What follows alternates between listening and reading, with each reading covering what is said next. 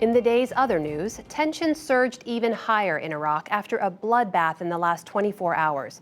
Security forces shot dead at least 40 protesters. Gunfire sounded in the southern city of Nasiriyah, where 31 people were killed. Crowds later joined funeral processions despite a curfew. 4 more died in Baghdad as protesters again denounced government corruption and economic mismanagement. People are here today to demand their rights that have been stolen. For the past 16 years, the people have been played. We've been living in destruction and wars. The youths and all the generations have been destroyed. Meanwhile, video from Najaf showed the Iranian consulate there burning last night and protesters cheering as they condemned Tehran's influence in their country. In recent days, Iran carried out a crackdown on widespread protests in its own cities. We'll discuss that situation later in the program.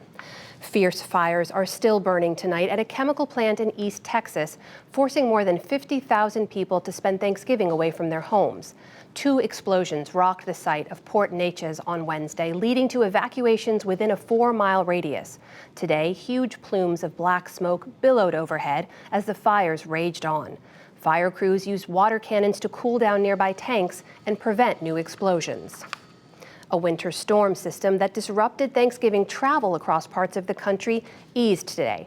In New York, giant balloons were able to fly at the annual Macy's Thanksgiving Day Parade, but they stayed much lower as spectators looked on.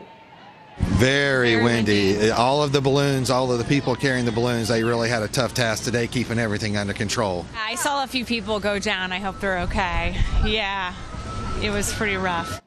In Southern California, snow forced Interstate 5 to close for the second time in 3 days. Forecasters also warned of trouble ahead for holiday travelers in the western and central U.S. Beginning tomorrow night through Saturday, the region could get 2 feet of snow. An unusually severe rainy season in East Africa is causing severe flooding across 3 countries. In Djibouti, more than a foot of rain fell in a single day. That's about 2 years' worth of normal rainfall in an otherwise arid country. In Kenya, the government says 120 people have died in mudslides and flooding. And Somalia has seen heavy flooding as well. The rains could continue through the end of the month. China today condemned President Trump's signing of 2 bills backing human rights in Hong Kong. The foreign ministry in Beijing warned the measures could damage cooperation with the U.S., but it didn't directly mention trade talks. In Hong Kong, thousands of pro-democracy activists gathered this evening, many of them wearing masks. They welcomed the new American laws. We're very thankful for that, and we knew that today is Thanksgiving, so we especially want to thank the United States citizens and also the President Donald Trump for supporting Hong Kong. The rally was the latest in 6 months of protests that have roiled Hong Kong. North Korea has carried out another weapons test, the 13th this year. The North today fired 2 short-range projectiles that flew 235 miles out to sea off its eastern coast. State media said it was the latest test of a new rocket launcher. The North has carried out several launches in recent months, and it presses the U.S. for progress in nuclear talks by the end of the year. A federal appeals court in Washington has temporarily delayed forcing former White House counsel Don McGahn to appear before Congress.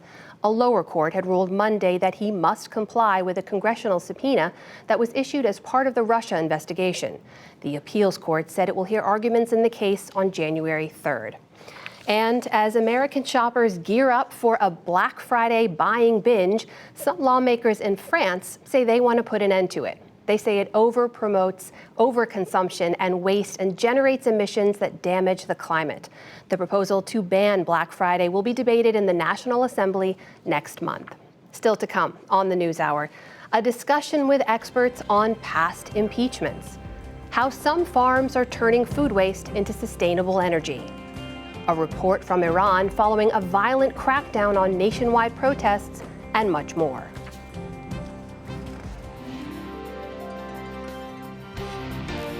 This is the PBS NewsHour from WETA Studios in Washington and in the West from the Walter Cronkite School of Journalism at Arizona State University.